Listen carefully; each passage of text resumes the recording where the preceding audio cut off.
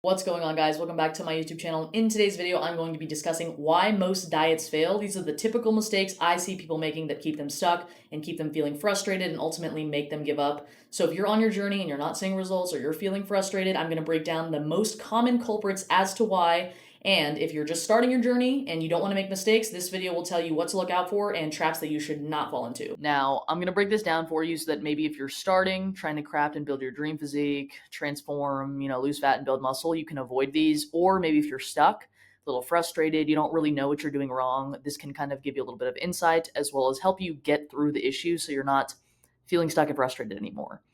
Now, it can be a culmination of a few things on this chart, or it can be just one of them. So it usually falls into one of these two categories here, and then we'll kind of go into some subcategories or subsets that are a little bit more detailed, nuanced, and niched per individual.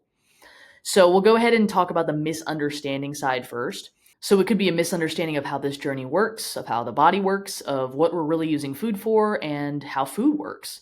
And so I'm going to get into the three typical misunderstandings or incorrect beliefs that people have that lead for them to be stuck. Now, the first one is the biggest one, and I think a majority of people struggle with, is their relationship with food.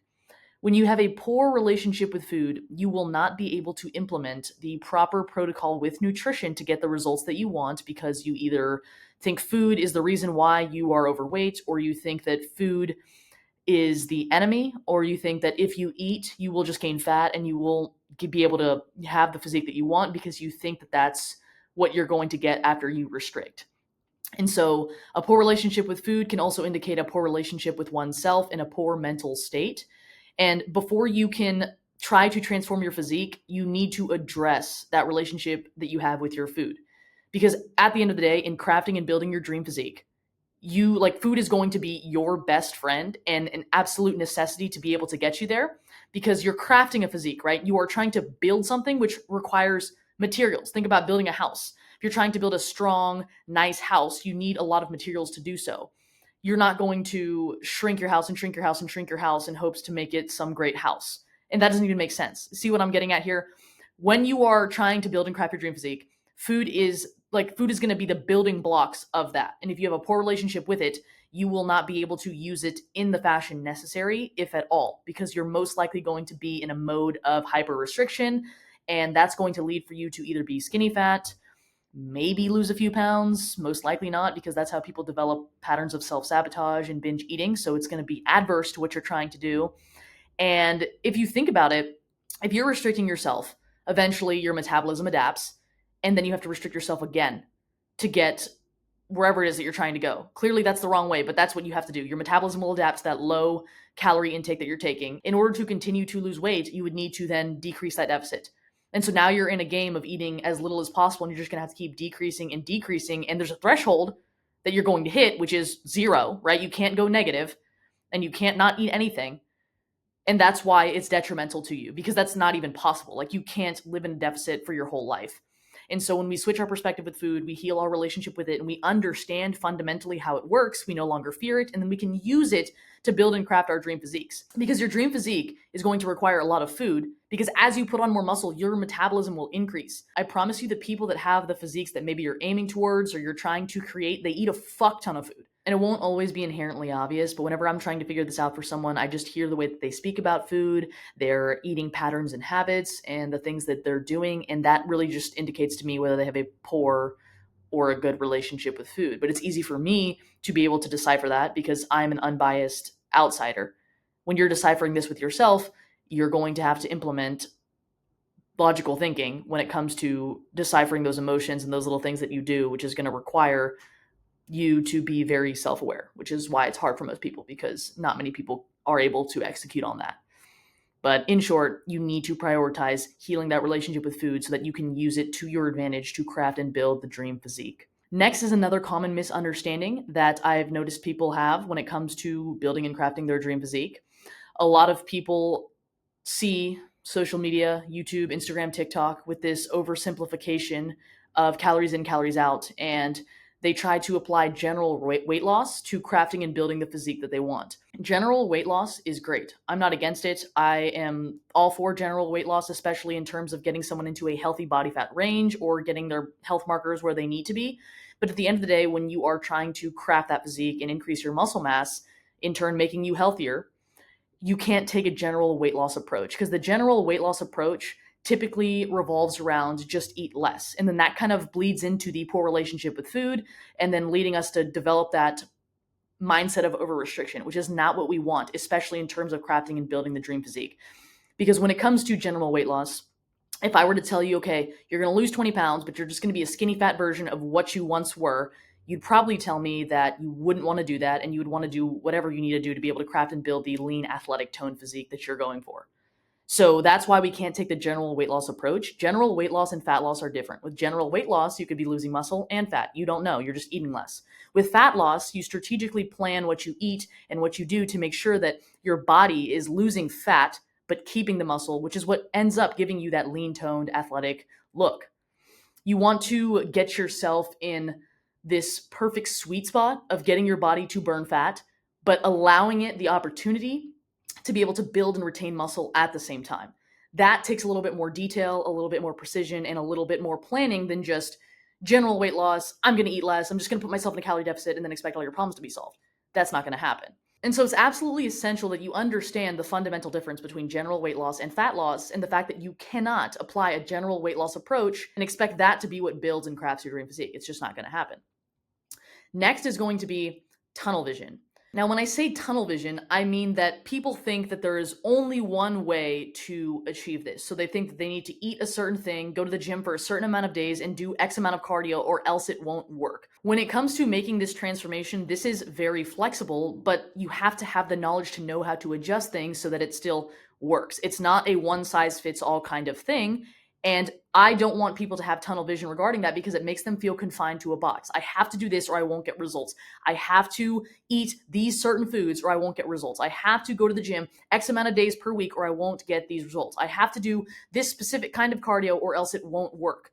And usually people develop this tunnel vision because they see someone else doing it and they're like, oh, okay, I'm just going to copy exactly what they're doing, because they don't want to take the time to learn and research on their own.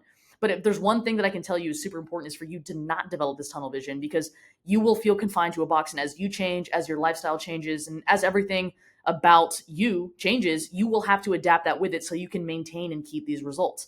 Some people stick to a diet and stick to a workout regimen that they saw someone else do for 12 weeks. They get results, but then it immediately crumbles because they didn't understand the fundamental things that made the changes.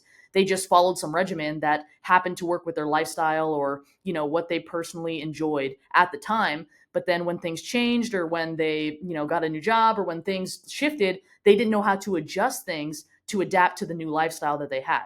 And this happens because people don't have flexibility with their thinking. They have rigid ways of thinking where it's like, this is the only way that it'll happen. And if it isn't perfect, and if it's not like this, then it's not going to work. And that can lead for people to feel frustrated and burnt out because they're exerting more effort than they need to, because they don't know how to adjust things. So don't assume that there's only one way to go about this and that you can't build something that's specific to you that makes things easier for you. A lot of the times when we try to force ourselves into a plan that is built or curated for our favorite influencer or someone else, we feel really frustrated and we don't get the best results that we could, if any results at all, because we're doing something that works for someone else. And on the flip side of that, you can copy someone online, you can copy one of my videos, you can copy anyone, and it could work perfectly for you. But at the end of the day, if you don't know the fundamental things that make the changes and how this all works, you won't be able to craft that for yourself if you don't find a good example online. And so don't develop that tunnel vision. Don't think that there's only one way to go about this. There's a million ways to skin a cat. My cat's in the other room, so I hope he knows that I'm being metaphorical with that. But there's a million ways to go about it. Don't think that you have to do a one-size-fits-all kind of approach. You can make it tailored to you, which in the long run will make you more consistent and make this sustainable for your life and not just some 3-month period. Now, typically, those are the 3 misunderstandings I see when talking to people on the phone, when discussing things with my clients, or when I get DMs. Usually people are making one of these mistakes, or they're going about it wrong because they have this mode of thinking. So if you have one or more of these misunderstandings, you need to correct that so you can get the results that you're looking for. And if you haven't gotten results, it's because you haven't corrected one of these things. So now let's go ahead and get into the poor programming side and why most people fail when it comes to actually planning and building out their nutrition plan. Now, the second reason that most people fail at their diets has to do with poor programming. Now, this can be poor programming in terms of the foods that they decide to eat, in terms of the caloric numbers or values that they choose to eat, or in terms of how they actually plan this in accordance to their schedule and their lifestyle. So, firstly, when we're discussing lifestyle, you need to take into account the amount of days you're training, the amount of movement that you're getting in, whether it be dedicated cardio or steps, and realistically, how much time you have to eat, cook, meal prep in accordance with your responsibilities to your family, your responsibilities to your job, and any other responsibilities that you have in your life. Most people don't take those things into account, and then they just come up with this nutrition plan. But then, when they have a busy schedule, when they have a lot less time than they thought they would have, or when they are stuck at their desk, they don't really know how to adjust things to be able to make it work with that schedule. So they just give up because they think that they need to eat only one way and train only one way and go to the gym or do one way of cardio. This kind of goes hand in hand with the tunnel vision. When people experience friction or the learning curve when it comes to implementing their diet, they don't try to adapt it to their lifestyle. They just kind of throw their hands in the air and they're just like, oh, I guess I don't have enough time. Oh, well, I spend so much time at my desk. Guess that's it for me. Like, this kind of sucks. And I don't want you to feel that way. I don't want you to feel like you have to have a perfect lifestyle to allow yourself to be in the best shape possible or to make this kind of transformation, because that is just not true. There are plenty of ways to adapt this to the different kinds of lifestyles that you will have across your life. So don't think that it's a one size fits all kind of thing. So when it comes to programming, make sure you build it around your lifestyle. If you're super busy, don't program yourself to have 6 meals a day. You're going to have to get creative with it. Maybe you're only going to be able to have 3. Maybe you're going to have some snacks. Maybe you're going to vary what you eat from day to day, depending on how busy your schedule is. Like I said, there's no one fixated way that you can do this. Some of my busiest clients, I have their nutrition structured and tailored around the days where they have a heavy workload and the days where they have less of a workload, and the days when they're sitting at a desk for 8 hours and the days where they're moving around more or getting their steps in, or maybe on a weekend. I do this so they can have no excuses, so they can't say, oh, I can't do it because I'm busy. You can do it even when you're busy. And so when you're programming your food, make sure it lines up with your lifestyle, the job that you work, the responsibilities that you have, and the things that you do on the day-to-day basis.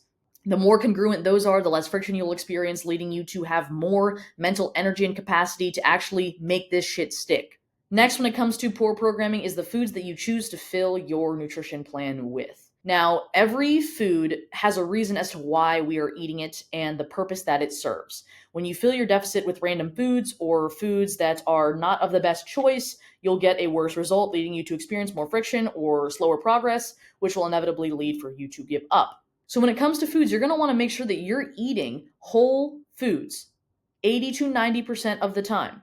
If you are programming your caloric deficit with random shit, with ultra-processed things, with things where you're only looking at the calories, you're not going to get the best results that you can on the outside, and you're also probably not going to feel the best internally and mentally. Now, when you imagine your calorie deficit or your daily caloric intake as a budget, you want to figure out how you can get the most bang for your buck. So you want to figure out how you can fit the most amount of food into that caloric number. Think about it like this. It's a lot easier to eat a fuck ton of calories from candy than it is from a pound of watermelon or a pound of pineapple.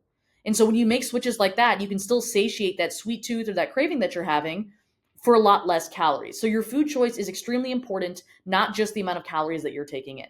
So you want to make sure that 80 to 90% of the time you are having whole foods. Don't let that think that you have to eat chicken and broccoli for every meal. You can get very creative, you can make awesome meals, and you can still eat really great even if you're eating from whole food sources 80 to 90% of the time. The last most common mistake I see with poor programming is numbers are off. So when I say numbers, I mean the amount of calories that you're eating. Now, if you're not losing weight, you're not in a calorie deficit. So either the calories that you're aiming to eat every single day are too high, or you're just not eating what you think you're eating and you're not tracking consistently, or you just don't know well enough. Now, I don't want you to think that you have to track for your whole life, but you need to learn about food and nutrition, not just because this is important for fat loss, but because your health depends on it. Food deserves a lot more credit in what it can do to make us feel better, look better, perform better, and have a better quality of life. At the end of the day, all roads will lead back to this specific numbers point. Because if it doesn't align with your lifestyle, either you won't be moving enough to burn fat, or you're eating too much because you got frustrated and gave up, or because the plan was too hard to stick to, so you just went off of it.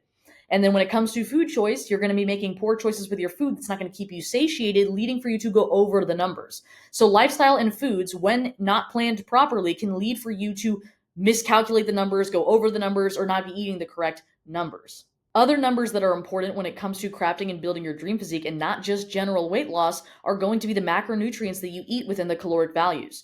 So the calorie numbers are important not just for general weight loss, but also fat loss. But most people, when they're doing general weight loss, they only pay attention to the calorie numbers. So in order to make sure that you're getting the best results possible and actually crafting and building your dream physique, you need to look at the macronutrient values or numbers that you have within that deficit. So how many grams of protein are you eating per day? How many carbs are you eating per day? And how many grams of fat are you eating per day? You need to make sure that you're eating enough to, again, hit that sweet spot of building muscle and losing fat.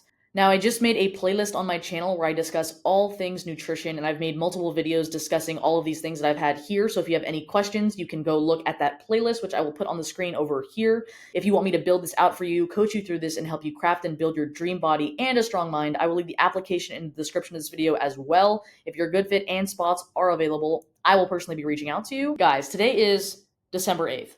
We have 3 weeks until 2026.